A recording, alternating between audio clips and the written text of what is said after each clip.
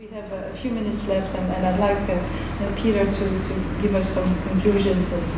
So is your life even worse than before? Definitely more complicated than before. Thank you. So I'll just end with a few, tips, areas that we're looking at Box in terms of kind of building out our compliance program, especially around process. One, for us, it's always starts with the customer, right? So we really need to focus on this obligation. I started at the beginning, this obligation we have to our customers to safeguard their data, safeguard their information. So our default position, at least in the US, it won't be in France, is that unless we're told to keep a request confidential through a deorder or an NSL, we're going to communicate that to our customer, let them know that we've been requested to provide this information.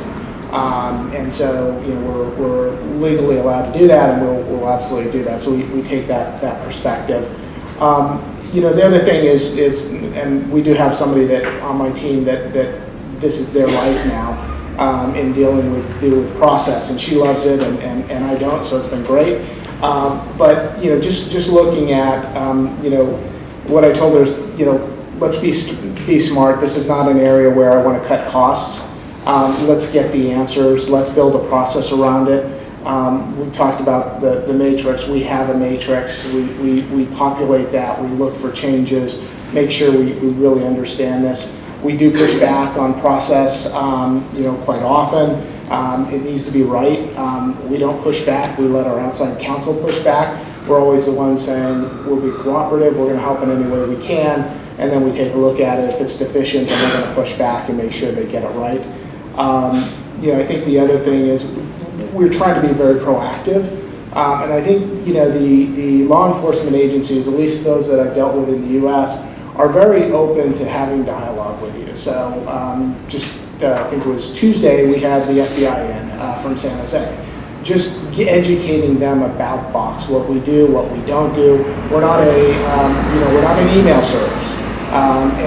If you want to get information from Box, the logon is your account is really your email address, but we're not a communication service in that way. So educating them so that they understand this results in a more efficient process for them and for us.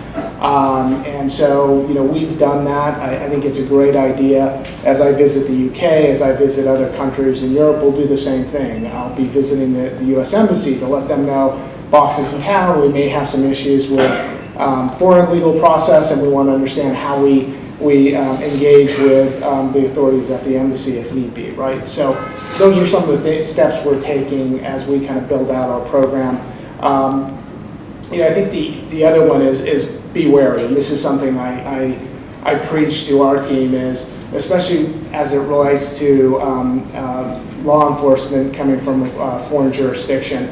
A lot of the laws in the U.S. are pretty clear that you can essentially, if you provide data to a customer or to a foreign or any other requester, and it doesn't fit within the guidelines, you could be in violation of U.S. law.